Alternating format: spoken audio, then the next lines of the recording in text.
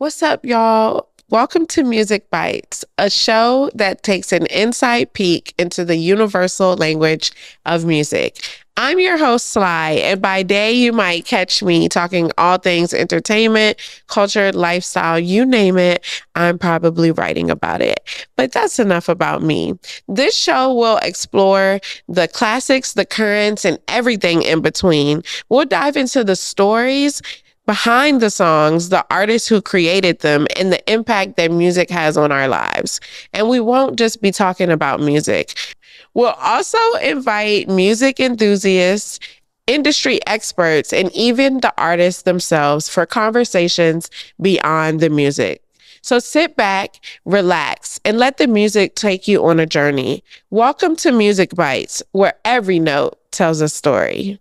And so for today's episode, I have an amazing brother duo, Tyler and Travis Jasper, by way of the DMV. Lots of VA energy in here. But you guys are the behind the collective OSA, or do you just say OSA or like OSA or OSA? Okay. And it stands for like one song away, like we're all just one song away from like, changing our lives. Yeah. And I know like as a collective, you guys have worked with some amazing people from Chris Brown to Ro James, just all the folks, all the folks. So talk to me like really quickly about OSA. Like how did y'all come up with this and like how long have y'all been doing music, all the things? Okay, well, OSA, we kind of started it like in around 2015 with that actual name, but we've been doing music our whole lives. I started playing the keyboard at a young age, 5, 6 years old. And, my brother, he really got into music around his middle school years, high school years, and started teaching him a little bit more production because I actually got my first deal when I was 20 with Drummer Boy. Yeah. So it's like, I got a little bit more exposure when I was going out to Atlanta, but it's like we just tied it all in together as a brother unit. And from there, that's where we started making records. And it's funny, the first time we made a beat, we got our first beat placed. Oh, nice. Kevin Gates to this group called Bluff City. It was a song called Let Me Find Out. Oh, my gosh. Yeah, it's kind of like, I feel like it was kind of like a real situation. It was meant to be. Yeah, sure. I love that. I love that so much. And like, so like when you guys were young, like did you play in church or anything? Yeah, I played keys at church. Okay. I sang in church too. I was in the choir. Yeah. But we had every instrument at home growing up as kids. We had the drums, guitar, keys. So yeah. It was always there. Yeah. That's so cool. That's so cool. And so like today, like because there's so much Virginia energy in the room, I thought it would be really cool to kind of dive into Chris Brown's debut album. Of course. The year was 2005, which means like next year is going to be 20 years of that album. And I think he said like on this last tour that he's going to like tour it. So like, I'm really excited about that. But yeah, like, so this album, he blends like smooth vocals with infectious beats. And this album was like a commercial success. It peaked at number 2 on the Billboard 200, and then it eventually earned double platinum certification with the lead single Run It that debuted as a number 2. And then yeah, like he was the first male artist since 1997 to debut at number 1. Wow. When he dropped this album. So yeah, we'll hop right in, and yeah, like I'm just gonna play like a few tracks and we're gonna like kind of like go back and forth. Like I chose this album because like Jonte Austin and like Brian Michael Cox are on it. And like when I think about music that's personally maybe like been the soundtrack to my life, they're like probably behind it. Like a lot of like my formative years when I started getting into like my own kind of music. So before we get into this, I want to know like from y'all, what influences did y'all have like growing up that made you like, be like, okay, like I kind of want to tap into like doing music? No, I mean, being from Virginia, like, there were so many producers like Tim, Pharrell. But it's always like, for me being a little brother, like my biggest influence was my brother. So, it's like everything that he was putting me on to, like B Cox, like you said, Jonte, he was just really showing me the the like, you know, the real people that were pushing the pen and R&B, hip hop, and all that stuff. So it really just led me to being like, my brother is my biggest influence. Yeah, I love that. He always showed me like the game, you know, Yeah. showed me who was hot. So I felt like that really influenced my ear, you know. Yeah, So. I love that. That's so cute. I mean, my brother, like, you know, he's a producer too. Like, so Yeah. growing up in our house, like, I always saw him producing as a kid. So Yeah. it's like, it wasn't nothing fun like when I started producing because I'd always seen it, Yeah. you know. Yeah. It- I mean, as far as for me, like, you know, so many greats, especially starting in Virginia, you know, it's so many people that came out of Virginia. Like, we can't ever discredit, like, the Devontae Swings that actually Yeah. gave everybody the umbrella to come out, you know what I'm saying, actually be very successful. So, you know, later in my career, I met, like, the B. Coxes, and it was like, you know, that's, like, one of the things that you always want to do. Like, when you're heroes, you're like, and then to see, like, the work ethic behind it, you can see why he's still so successful now. Yeah. Yeah. Absolutely.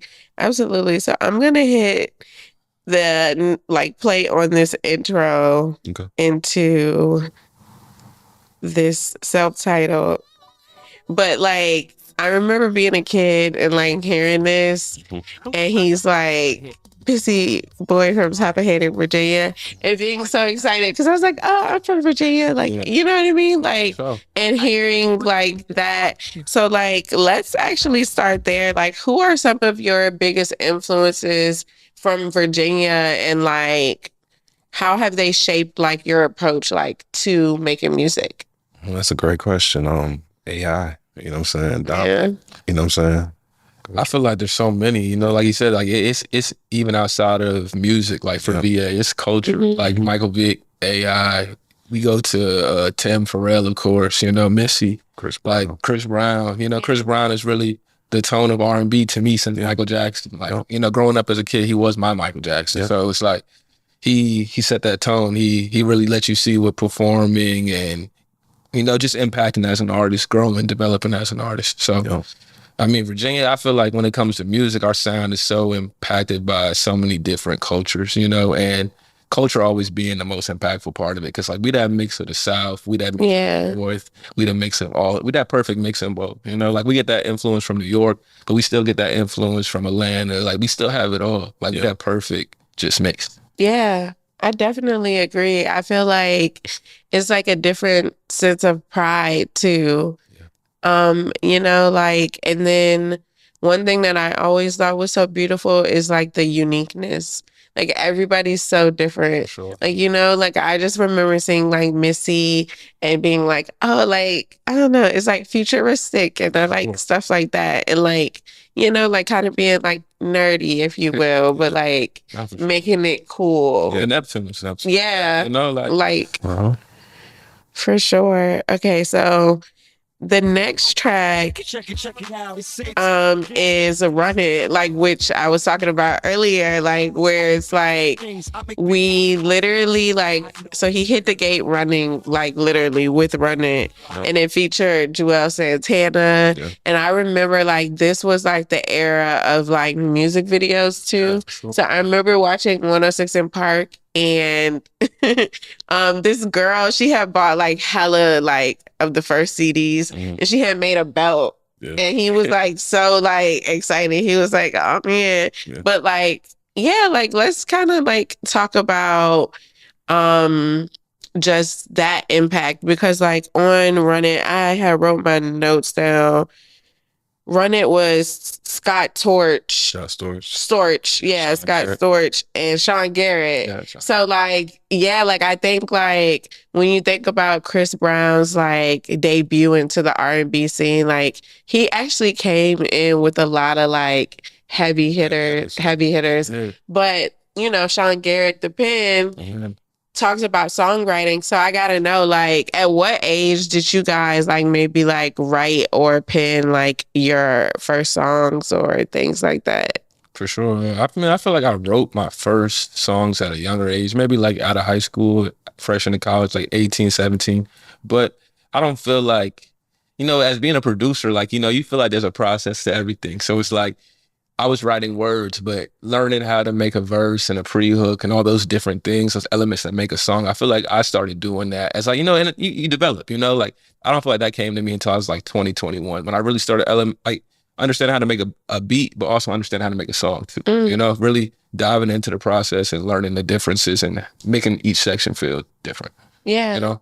Yeah. I agree with that because I did the same kind of process. Like around 20, I started going to LA. So like the process of going to Atlantic and doing actual writing camps and sessions, you actually see the actual process of how you start with melody first. And that's how people want to start there. And then that's how the process goes on. A lot of times we just do a whole bunch of scatting until we get to a spot where we're like, okay, this is like the meat and potatoes of the song. Yeah. So, yeah. I love a lot.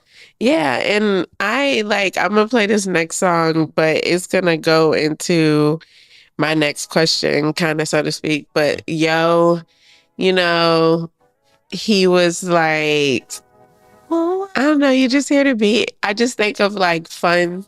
Like he's chasing Shorty down the street, and then he had people in the video. Like I remember, like Trey Songz is in the video. Like it was like just such a little vibe. And so with this, I want to know, like, at what age, or have y'all ever like written a song like with a girl in mind, like a shorty in mind? Like I have to know, like, when did you like first be like? Because I feel like musicians. Yeah. It's like different. Like their approach to life is like a little more poetic, if you will. Yeah. So yeah, when's the first time like you wrote like a song, like Girl. Yeah, for a girl. Like 14, 15. Yeah. Around there. Nah, yeah, I remember back in the day, like in middle school, this is a crazy story. Like my cousin would come to my crib and he would stay for the summer, and we'd just be singing the girls on phones. Like that was like the first tap of like really seeing like, oh, this is something different. Like having that type of talent. Yeah. Like, you know, the music really, you know, it's a different language. No, for real. It's just a different language. Yeah. Oh my gosh, I love that. Yeah, I never, and we're gonna get into like one of these songs because I have like a funny story behind like writing songs, if you will. I never wrote a song, Okay. but I like writing poetry. Okay. Like, so yeah. This next song is Young Love. It's like one of my favorites too, because again, like he's just like, I just think like, for me personally, like being like coming up in the 2000s, it really, I don't know, like we had a lot of artists who grew up with us. Mm-hmm. So I felt like, okay, like this was around middle school when I did start liking boys, and when I did start being like, oh, like caring, like, you know what I mean? You know, like when things like switch. So with that being said, let's talk a little bit about just like R&B in general. Like, when you think about the current state of R&B, how do you hope that like OSA, like, you know, like contributes to like this generation of the music? You want to start first, Ryan?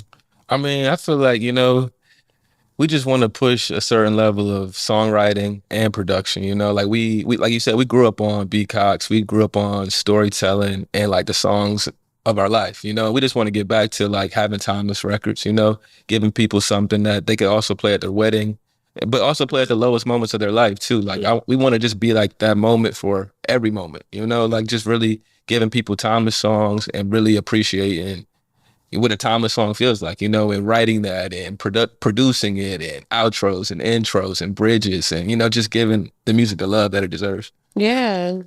I think that, you know, I think we're getting back to that space. I think that there's a lot of people becoming a lot more vulnerable with their music. So I think, you know, it's a lot of everything. So it's like, we can't just say that it should be like this, how it was in the past. But I think like with what our goal is to also, you know, stay true to what that essence was, but also motivate people to hit another pinnacle as far as like the excellence of music. Yeah. There's going to be a lot of people studying this music at one point. So yeah. think about that. You got to think 30 years from now, there's going to be a lot of people like, okay, trying to transcribe what we were doing. Yeah. With beat making. So, and songwriting. So that's important to me. Yeah, that is like, that's very, very true.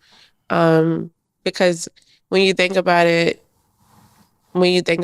like, you know, the Missies and the Timberlands and stuff, like they were just like head down making the music. Yeah. Like obviously they wanted to make an impact, but you can just kind of tell in like their conversations and stuff, they're still kind of like, well, we did this. Like, you know what I mean? Like, I think somebody told me before, it's like, when you're in the midst of greatness, like, or becoming great, like you're just in it. You don't even notice anything else that's like kind of going on around you. So yeah, I think that's very, very true.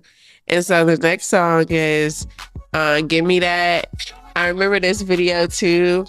And again, and then like also like now that I'm older, like I understand producer tags now. Sure. Like when I was like young, I was just like, who is a dark child? Or like, you know, like, or like, you know, like even like Sky Storch's like his like beginner tag, like yelling out. So like talk to me a little bit about that and like producer tags and like why they're important and like, you know, like kind of like what kind of struck out to you as far as like y'all's own producer tag and stuff like that. When you go back to like 06 and you play records like that, it's like that's really like the first era of really we not even understanding what a producer tag is at the time. You know, people are just like, yo, this is I'm hot. I'm gonna let you know I'm hot and I made the track. So yeah, you know, like that was like the first era of it. So to really see it turn into what it is now, like now you're not gonna hear a track without a producer tag. But I get it. It's like I'm hot. You know, I made this. Yeah. I want y'all to know, like I made this. So it's very important. You know, I feel like for the culture now and like certain tags now, like Metro Boomin, like that tag is just that, it don't even like, DJ Mustard, like hear those tags, you already know it's hot. Yeah. You know? Yeah. Yeah, it's like that. It's like that stamp. It's like it's like being a football player and you wear a helmet all the time and like nobody knows what you look like. Yeah, like, you got to do something that gets everybody's attention. Yeah, that's why it's like hitting that gritty. Yeah, you know? Yeah. Touchdown. You know, put your tag on it. You know. Yeah. No, that's me. Yeah. No, seriously. And then, you know, I know that you have a new song that just came out, literally like fresh off the press, like it's hot. So talk to me about that and like what goes through your mind when you get a placement, like, explain maybe like the process for people that don't really know. I mean, for the process for that record, sample makers, my dog Alex and my dog Afilio, it just sent me the loop. So me and my man YB, we knew like we was trying to make some new sexy drill like type beats because Hitmaka was working on that type of sound. So YB had called me, we got together.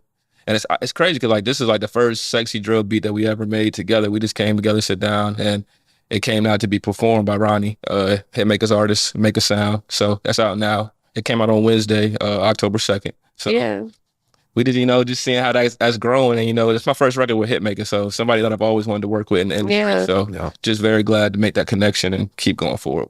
Yeah, that's cool. And, you know, speaking of samples, it's this song. I feel like I talk to you about it often. Yeah. But I love this song by Ro James, Last Time. Oh yeah, sure. And I'm just like, oh my gosh, like I just love that song. And it's funny because I got a chance to see him perform it. Yeah. And we got to chop it up after. And I was like, I know them who like produced this song. And he was like, who? And then I told him, and it was like a little moment, and we were talking about Virginia.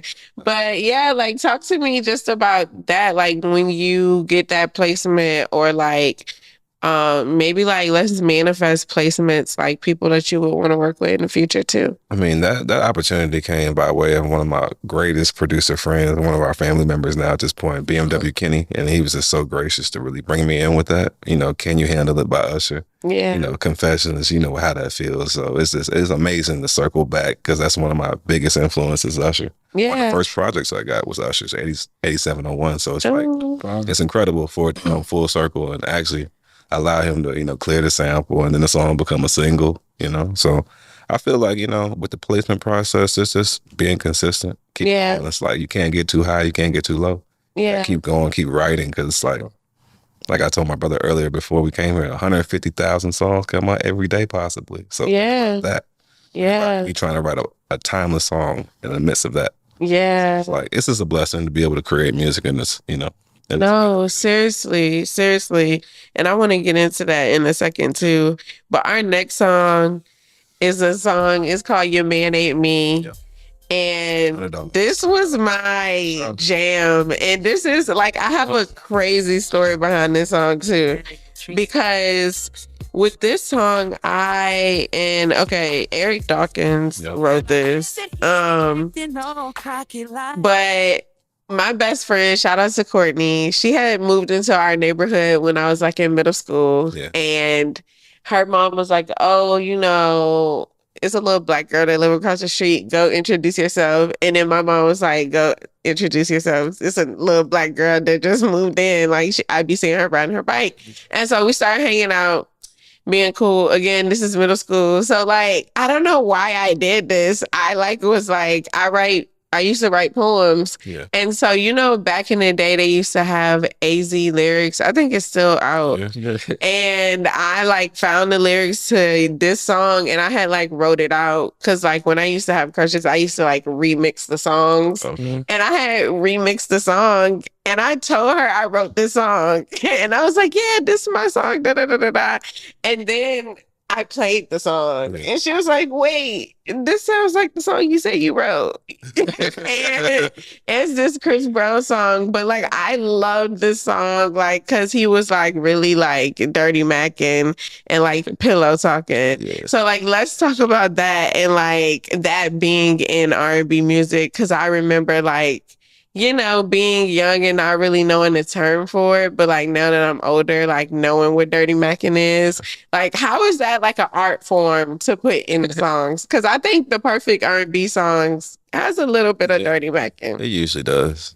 I mean, I think like nowadays it's really not that anymore. Yeah. Like, most guys gonna say like, "Your nigga ain't me." You know what I'm saying? It ain't that. Yeah. So, It's been said so many times now, but I feel like that you gotta have that element because it's like you gotta make a woman feel like, yeah, why would I not want to fuck? Yeah. Yeah. Yeah, that's just what it is. yeah, we was talking about it earlier today in the car ride. We was just talking about like that emotion of R&B and still like Dirty Mac and begging, like, certain elements that was in 90s R&B that, it's just... It doesn't exist. It's not the same. Yeah. Or like kind of like shit talking. And I wonder too if it's like, because like obviously music always reflects the times that we're in. True. And it's just like maybe it's because like people don't be wanting to admit like that they're real lovers. Like everybody is like, oh, I don't need this and I don't need that. Like it's like, then you have like kind of like these gender wars. Yeah. So like maybe like, and that's just like I be having little epiphanies like that. So I'm like, maybe that's the reason why it's not in the music. Cause I love the Brent Fires of the world and stuff, but like he be talking shit, but not like that kind of shit. Like it's like actually like toxic. Yeah. Like I think before toxic R&B was like begging in the streets and stuff. And now it's like more... I mean, it's always been toxic. Yeah. You gotta think like Carl Thomas. There's a I Wish. Yeah. It's toxic. Yeah. One of the greatest R&B songs ever. Yeah. No, seriously. It's been toxic for a long time. Seriously. Okay, so our next song. Okay. This is one of my favorites. I keep saying it. Like the whole song has like hits. But like on this song, you literally hear B. Cox.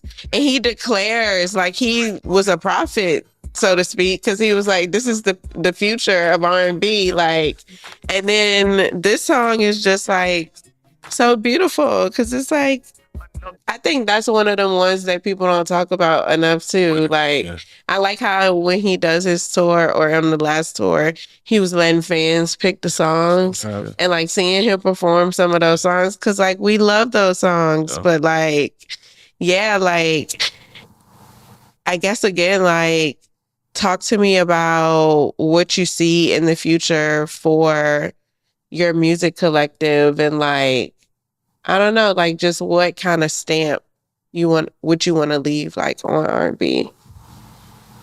I feel like we're on the path to, really create the next wave of what Virginia is, which is excellent. So I feel like collectively we kept on going, we kept on pushing. Now we feel like we've honed our sound, and now like having the vehicles with the different artists that we work with, the different collaborators that we work with, it's just gonna happen. Yeah. I can't really speak on, Yeah. What could possibly happen, but I know with the work that we do, Sure. it's gonna be everything. Yeah. And how about for you? I mean, I feel like, like you said, just piggybacking on Thomas Records, staying innovative. Yeah. And just pushing the pen forward. That's what we always talk about. Like, we don't want to continue doing the same drum patterns. We don't want to continue doing the same melodies. We just want to stay pushing forward. Like you said, with even Tim and Missy, like they was in 2050, you know? Like you go back and listen to their music. We go back to listen to Tim's drums patterns. Those was in 2050. Like they were so far ahead that they're so timeless now. When you go play them, they still sound the same. So it's like, that's so important to us as producers. The drum sounds, the piano sounds, just making everything feel like 30, 40 years from now, you hear it, it's still gonna sound like the first time you heard it. Yeah. Yeah. And then it's also too is like kind of going back to what you said about like being one song away.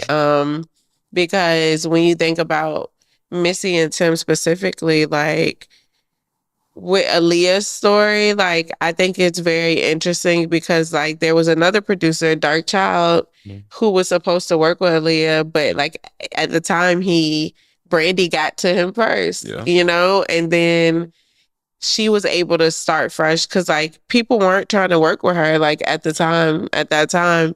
And so, yeah, like you kind of talked about it earlier. And what was like the first R&B, like, or any album, what's the first album that you used your money to buy? And like, can you like recall or recap that time? I'm trying to think the first album I actually bought. I mean, for him as kids, I can remember 8701. Yeah. For me, like, I would say like buying it, like I wanted to go get this album. I'll probably go to the Day 26, like their second album. Oh yeah. That came out. We was real heavy into watching Making the Band. Yeah. I remember just anticipating that so bad. Yeah. Wanted to go get that straight out the store because I didn't. The studio scenes in the show and certain things like that just made you want to be a part of the album and hear the album. So yeah, I would definitely say Day 26 is like one of those albums for me personally. That I remember being 11, 12 and going to go get that. Yeah, it needed that for sure. Yeah, and I kind of want to touch on when it comes to like going to buy the music. I remember like music being out on Tuesdays. It used to drop on Tuesdays, and if I made good grades, that was like my reward. My mom would take me to Circuit City and like let me pick out one album, and I would be like, okay, like, and I remember just like buying like everything. I think the first album I bought with my own money was Lil Wayne, The Carter 3. Okay. Yeah, I think that was like my first one. That's the one I ran into the ground too. Like my mom would have to go and get me like another copy. With the Chris Brown, this album, she had to get me another one because it got scratched up from playing it so much. And so this next track is Ain't No Way. Yeah. I love the beat to this. Like, I think it's so distinct. And then like when he comes in, around here, I don't know. I just think like his hunger, like you could really hear his hunger. Like most people, I think I saw a tweet the other day and it was like, ain't no way. Oh, I'm gonna let you down. Like, yeah, I just love that song so much. But what did that tweet say? Oh, it says something about just damn, I lost it. It's gonna come back. I can't remember. Dang. I don't know. It was something good. I can't remember. It was something about, I don't know. Oh, they said most artists' debut albums are trash. Like, you know, like their first album. Yeah. And I'm just like, this wasn't the case for this album. Like, I think it really solidified like that sound and like his sound of like the music industry. But let's talk about how like that sound grows and like how sometimes people like, what do you think? Do you think like we are consuming too much music? Sometimes like like on a Friday, like when new music comes, I'm like, damn, like my brain can't process. Like I like to spend so much time with one project. Yeah. And it's hard. So like, let's talk about that like a little bit and like the effect that you guys think it might have on the music or the quality of music. I mean, yeah, there is like a variety, like you said, with streaming platforms now. It's like a buffet, like you said, Friday, it's a new meal. So it's like everybody, you get to choose really what you want to see. And like you said, sometimes it is hard to like really sit down and sit with an album. And like I said, sometimes for me as a producer, like I know like I gotta wait a little time period just to go actually listen to production, then go listen to songwriting. Like I'm listening to different elements at different times. So it's like I'm always listening at a different rate, but there is so much variety, and I wouldn't say we're over consuming, but I would just say like there's options, like, and it's very hard to have music that sits with people because there is so many options. So like that brings back the importance of diving in and really creating that something that feels different. Yeah. Yeah, I agree with everything Trav said with that. It's just like, I wouldn't say there's too much, but there's a lot of quality too. It's just that you have to find it. So it's like as a producer, there's so much to draw from. So I respect all elements of it. Yeah.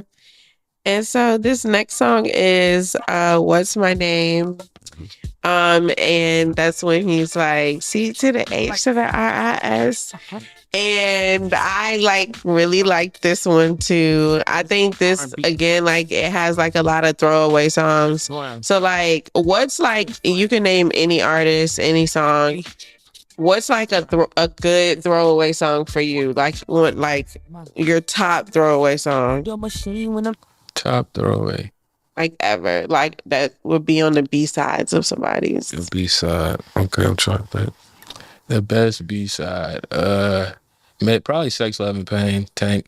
I feel like nobody, but I don't know if it's a B-side because I feel like R&B lovers would probably say like, yeah, I'm like, that's, yeah. I don't feel like it's also like where people should always put it like that. That's an R&B classic, cult classic. Yeah. You talk about singing, talk about production. Yeah. Talk about R&B, like that's what, for sure. Do you mean like the album or just like a single or a song? Yeah, a song. Probably like that, the one that's on Confessions that everybody loves, Superstar. That's like, oh yeah. You gotta think that wasn't a single. That is. I love Superstar. Like that's my favorite. Like that's probably my number one Usher song of all time. That's yeah, like, and I would say that confidently. Like, and I love Usher. Like, also, let's talk about like getting like your second wind, if you will. Like, people like Usher or like the Beyoncés of the world, right? They don't ever have to like rebrand, if you will, because they kind of grow with the times. But they came in a different time. Yeah. It's a different time where there was a lot of artist development. So it's like a lot of time we're putting to these artists, Yeah. Sure. Beyonce, they household names, like, yeah. They don't have to sit here and act like they haven't been practicing for 20 forever years. Yeah. So it's like, they different. yeah. Yeah, definitely another level of greatness. And like you said, I think we were talking about greatness earlier. Sometimes when you just in it, you just in it. Yeah. Like Usher, greatness never ends. We see LeBron James. We see Usher 40 years old still going crazy, Yeah. Greatness just never ends. Beyonce 20 years from now should still be Beyonce going crazy. Yeah. She'll be on any stage tearing the floor down. Yeah. No, seriously. Greatness don't ever end. Seriously, do you think like that, why do you think like that is missing though? Like in terms of like the next superstar?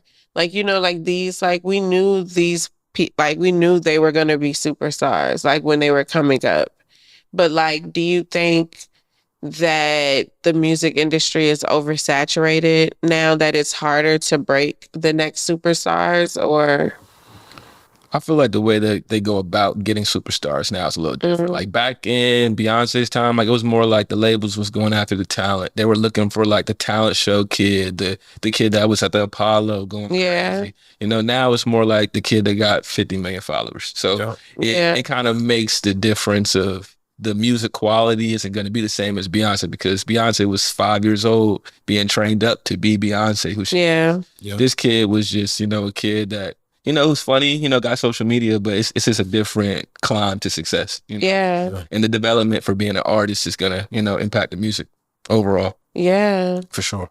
That's very, very true. And then, because like I think too is like people really used to have to know how to do it all. Like you had to like sing, you had to like dance. For sure. Yeah, I just finished reading Britney Spears, like her memoir. Okay. And I was like, whoa, like even her, like it was a machine and they all was running through the same machine, like at the Mickey Mouse Club, like, you know, Justin Timberlake, stuff like that. Like, yeah. So the next song is This Love? This is another like kind of throwaway, if you will. Yeah. I just thought it was another like throwaway. I think too is like making like the whole like a whole cohesive project. I think that's also like a lost art form. So like what are the makings to you of a good quality song? To me, it's always in the conversation. Yeah. Like you gotta actually talk to the artist and see where they're actually at, you know, and then come up with a concept about that. Sometimes it takes a long time. I know even like some of the greatest projects, Confessions, they didn't know that they were all going to write an album that was going to all tie in. Yeah. Once they got to that, you know, the meat and potatoes of the story, it kind of told itself. And especially with that, I think that's what's missing right now is actually capitalizing on that scandal. Because back in the day, it was always a scandal or something that really brought you in that you wanted to even go buy a project. Yeah. True. Yeah, even thinking about that Confessions project, like you didn't really have an idea of what was going on. It was just what we were all alluding to, you know, and that's what made those songs feel like they were real life, you know? So that blurred line is like wrestling almost. Like we didn't you know, like we didn't know what was going on. So I just watched this documentary about wrestling. And I was so sad because my favorite wrestler was Stone Cold Steve Austin. Like that was my guy. Like I really, really liked him. Yeah. And I was devastated when I found out wrestling wasn't real. But like in that era that we grew up in, those lines were so blurred. Yeah. Like, they were so good at blurring them and making us so drawn into the storylines. Yeah. Yeah, that's so true. And so this next one is like one of my favorites. Poppin'. Yeah. I'm like, if he wants to drop a video to this today, he could, and it would go crazy. Like, this is, again, another one of them ones, like, it's just... Jonte. Yeah, like, Jonte is, like, first of all, we love you, Jonte. Like... Go. Like, amazing. Like, to be able to have that type of, like, approach to, like, crafting like or making music. So like maybe let's talk about when you first discovered like that your gift or your talent in music. Like what was that like? Because like I've talked to people before and they're like they thought everybody could do that. Like most musicians are like growing up, they're like, oh, I thought everybody like could like hear that sound in their heads. Like, I think I should answer that one first because like I could put the perspective of like growing up, my brother could play everything, so I knew like as a little brother, everyone could not do that. you know? Like you know, I see like the skill set that my brother had, and I saw that like wow, like you know that's a one of one talent. You know, it's not like every person walking around this world is going to be able to play instruments at that level. So it really, and it's like for me, I feel like it took me a little time to understand my talent in it because like I was always comparing myself to, you know, like, my brother was a musician. So it was like, that was my first entry to music. It was like, how do I create that space as a producer that's not a musician first, who still loves music, still learns and loves R&B, understands chord progressions and all those type of things, but how can I implement it and still create that space for myself? So I feel like in my later, you know, as I became a DJ, I started to pick up on like what people like, you know, and just that was always being one of the most important elements of music, like knowing what people like, what they want to hear, you know, like that energy, you know, of ups and downs and still making them be able to feel emotion from this BPM to that BPM, you know, whether it's up or whether it's down, still being able to match the emotion of every beat. So yeah, I feel like, you know, that's in my 14 to 15 years old days, like that's where I really learned, okay, like I can hear things differently. I can see things differently. I can draw the picture out. Yeah, that's cool. I mean, for me, it kind of started young. I feel like my talents were really nurtured from my parents because I always had an instrument somewhere. So like Yeah. I know I started with a small size keyboard, and then like I had a guitar and then a drum set. So it's like I was always able to kind of get that out. You know what I'm saying? And Yeah. especially at a young age, like being able to hear it and recall it. I know from a young age going to church, which was really important. That's where I learned my talent at. So it was like going to church and being really young and always memorizing like the melody lines and coming back and being able to play it. You know what I'm saying? The melody lines as a kid, I knew it was something different. Yeah. So. Yeah. And I kind of want to stay there with the church because Jermaine Dupri recently, like, it went viral, a clip of him saying, like, that's what's missing from R&B. It's like the youth don't go to church anymore. It's but yeah, like, I think about, like, just that invoke, like, and I can't sing, like, I'm not a musician or anything, like, and I don't know why they let me do this, but, it was church. But I used to, like, lead a song, like, in the children's choir, and I just liked the way people responded to it. Yeah. Like, and I was like, oh, this, like, feels so good. It teaches you a lot when you're able to get over that fear at a young age. Cause you're able to do a lot of things that, a lot of people, they suffer from anxiety now. So like, when you're actually forced, because you think back in those days, it wasn't a choice. Yeah, exactly. It wasn't an option. So it was like, you got to do it or you know what's going to happen when you get home. Yeah. But it helps you, especially when you get out of your comfort zone. So I feel like honing that ability too is because as a singer, you're not going to always be the greatest singer. Yeah. You keep singing every Sunday, you learn a lot of different things, seeing people's perspective, seeing them actually catch the Holy Ghost. Yeah, no, seriously.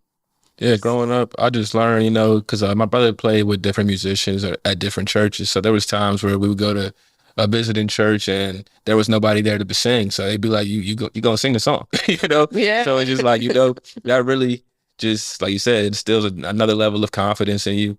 And like you said, get to see that reaction of how it makes other people feel. And like you said, just learning different things about singing tone and, structure of how you want to use your voice and dynamics and breath and all those different things. So yeah, I feel like church is very impactful to every person that wants to do music, period. If you have sang in church, it does give you a little competitive advantage. Yeah, no, seriously.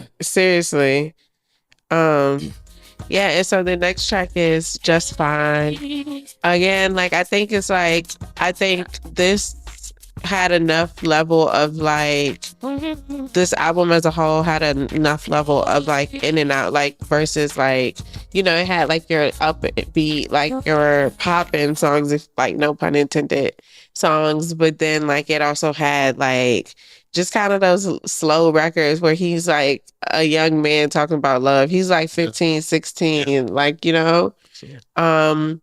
and so I kind of wanted to know from you guys, just when you think about it, like, what do you want individually and, like, collectively, like, your legacy on music to be, or, like, or what has been, like, maybe answer this. What has been, like, a pinch yourself moment to make you go, like, oh, dang, like, I gotta keep going?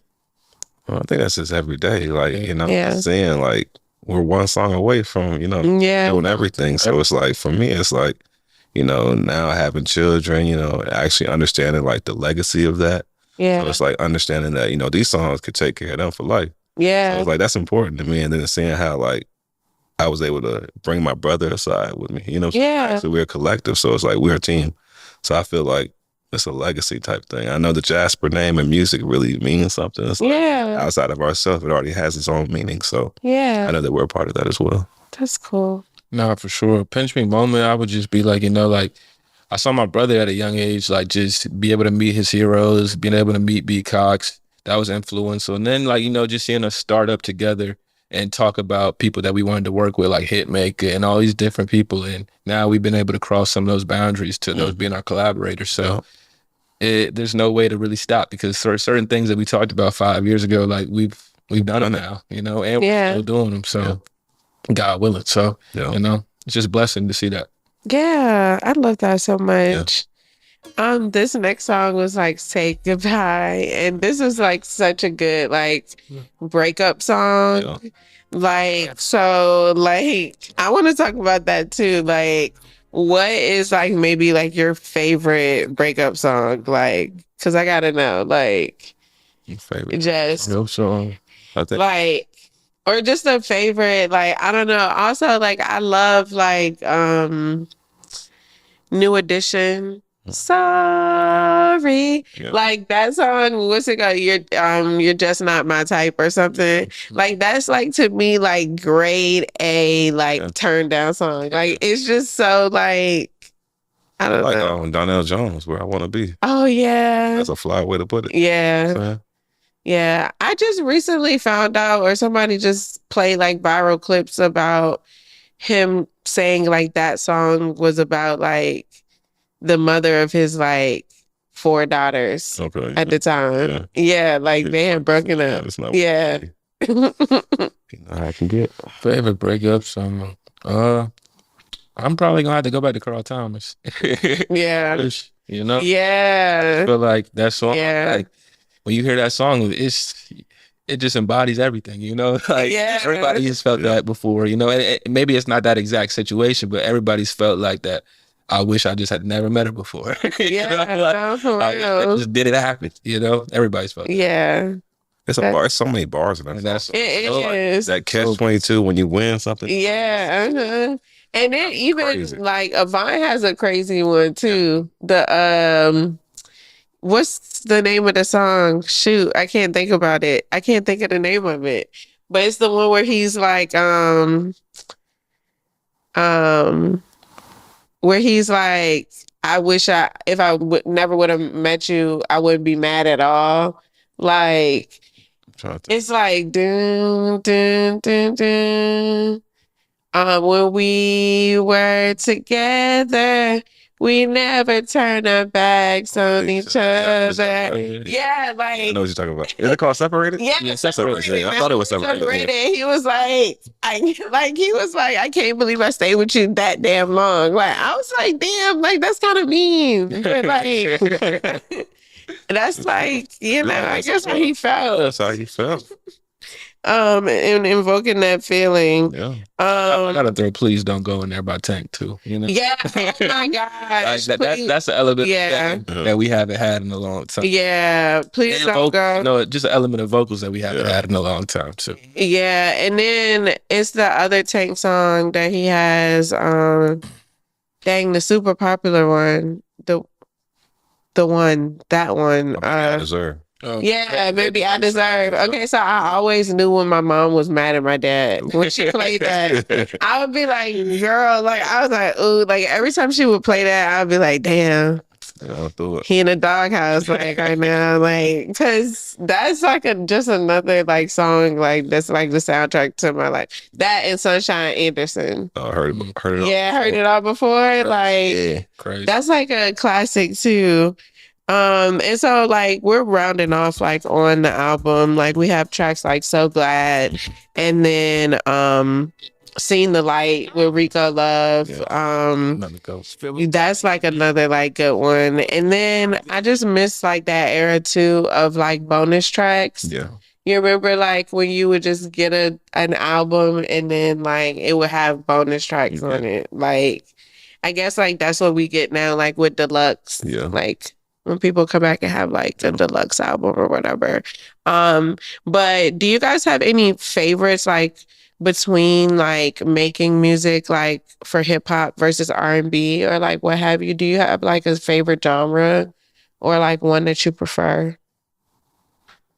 I wouldn't say there's a preference, but as a musician, I feel like R&B is always been engraved in me. So I feel like Yeah. for me, it's a lot easier and natural to make. So No, I felt for me, like, I was a DJ, so it was more like club tempo, more party tempo. So, like, hearing that upbeat club records, hip hop beat, but still, like my brother was Tyler Jasper. So it's like, Yeah. he was always close to home. Musicianship was always close to home, going to gigs, going to church. So it was like the R&B was always right there. So it's Yeah. very hard to be like, oh, the Yeah. preference, it's a love for both. Yep. Just creating that feeling.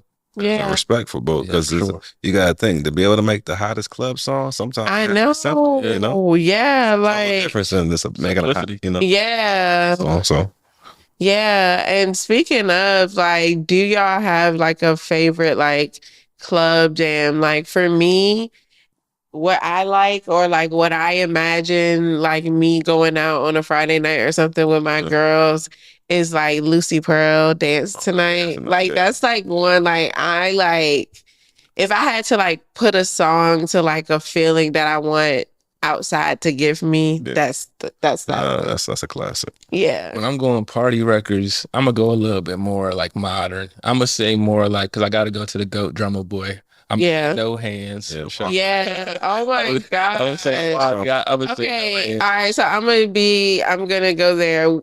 Why? Like, what was the favorite verse on that song, and why is it Wale? Like that's three. Like- Those are three GOAT verses right there. Like everybody came with their best. That one. Yeah, I always joke and tell people I know like that a DJ is trash if they don't do if they skip Wale part. No.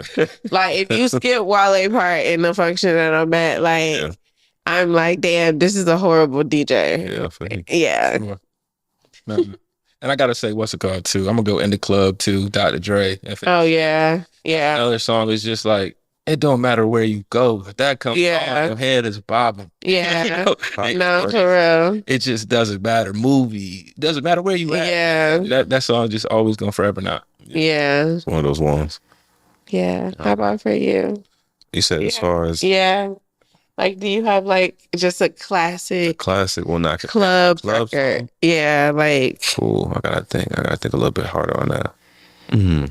Like, I don't know, cause yeah, for me, definitely I love like Lucy Pearl, like Dance Tonight. That's like how I want to like start the night, maybe.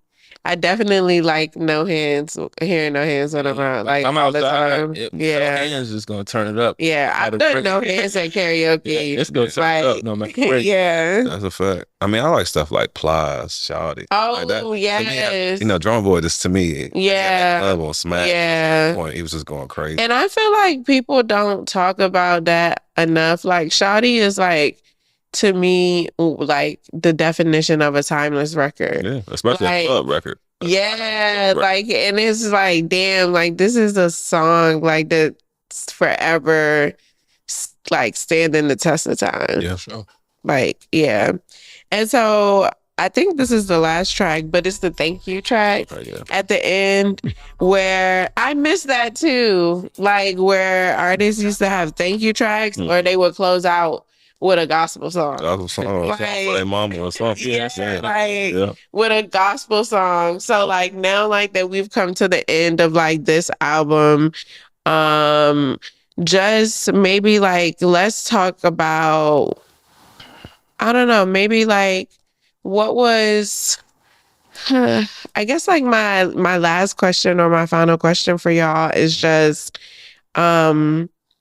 what excites you? Like, what is something like right now is like a part of your process of like when you're making music? It's like, when do you have those moments where you're like, oh my gosh, like I gotta run home and get this out of my head? Or do you have those type of moments? We have those moments every day. We hear something, we might see an IG post, we might just have a melody in my head. I might just go to my keyboard and just start playing and find something. So happens all the time. I feel like as long as you're putting into the well, you'll always have something to put out. Yeah. So I feel like I stay inspired. And sometimes the best inspiration is not doing music for a little bit. Taking a day off, a few days off, a week off.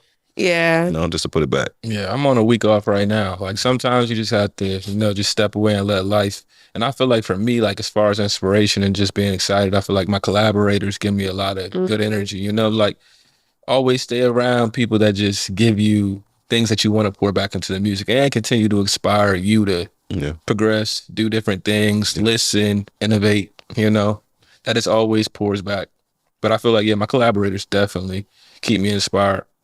Yeah, and y'all said something very important, and I feel like that spoke to me, like taking a break, like sitting down, you know what I mean? Like, and just like, you know, I always like feel like sometimes like my grandma used to tell me to like just sit still and listen to God. Like, you know what I mean? Like, and you know, it's hard to listen when you're like always on the grind. Like, I hate grind culture, like where people are like, oh, we can't sleep. Like, no, actually, I need to sleep. Yeah. You know? Gotta be a great balance. Yeah. Sure. Yeah. Yeah. And so as we wrap up today's episode of Music Bites, I love like all things journaling and like manifesting and stuff. So like one of the things and a part of this segment is just I have a journal prompt, if you will. Okay. And I'm just gonna like have you guys like answer this question.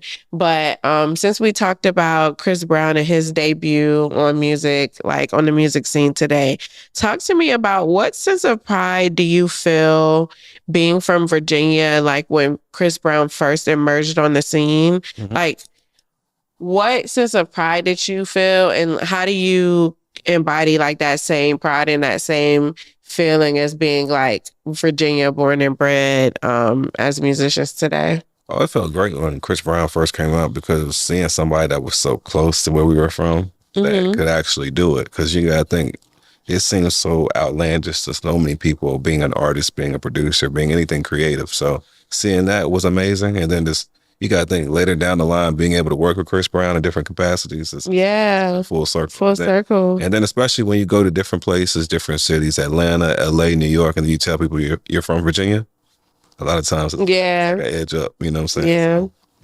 So it's amazing, you know, being from VA. Yeah, VA is just like we talked about, culture, wave setters. You know, we are the wave. We don't, you know, we're so close to water. Like we're so influential. You know, we're so impactful of just always being on the next thing. And I feel like you can see that with Chris Brown and fashion and music and whatever he does. Like art, he's Virginia all the way to the core. Like we just a wave. You know, we culture. You know, like we know what's hot. Virginia knows what's hot. Yeah. I definitely agree. Yeah. And so remember, music isn't something we hear, it's something we live. Until next time, keep the rhythm in your heart and the melody in your soul. This is Music Bites, where every note tells a story. Thank y'all so much. Thank you. Appreciate y'all. Oh, and before we go, like tell everyone where they can follow you guys and where they can like keep up with your work. Yeah, I'm Trab. Don't hurt them on all social media platforms, Twitter, Instagram, TikTok. So always follow me there. I'm always, you know, reaching out to new writers, new producers. So I'm always trying to make new connections. So feel free to tap in with me. You know, IG and Twitter, I'm Tyler__Jasper. Same thing as Travis said. We always looking for great talent, great people to be around, and just making it even greater music. So tap in with OSA. Yeah. And then again, I'm your host, Sly. You can follow me at As Told by Sly on all platforms. Also follow the team Dreams to Reality. That's Dreams to Reality. We're going to put it down in the bottom of the screen. So yeah, follow us and tap in. Thank y'all for another episode of Music Bites. Thank you, y'all. Deuces. Yes, thank y'all so much. Thank you. I really Thank appreciate you. y'all. For sure. That was fun. That was fun.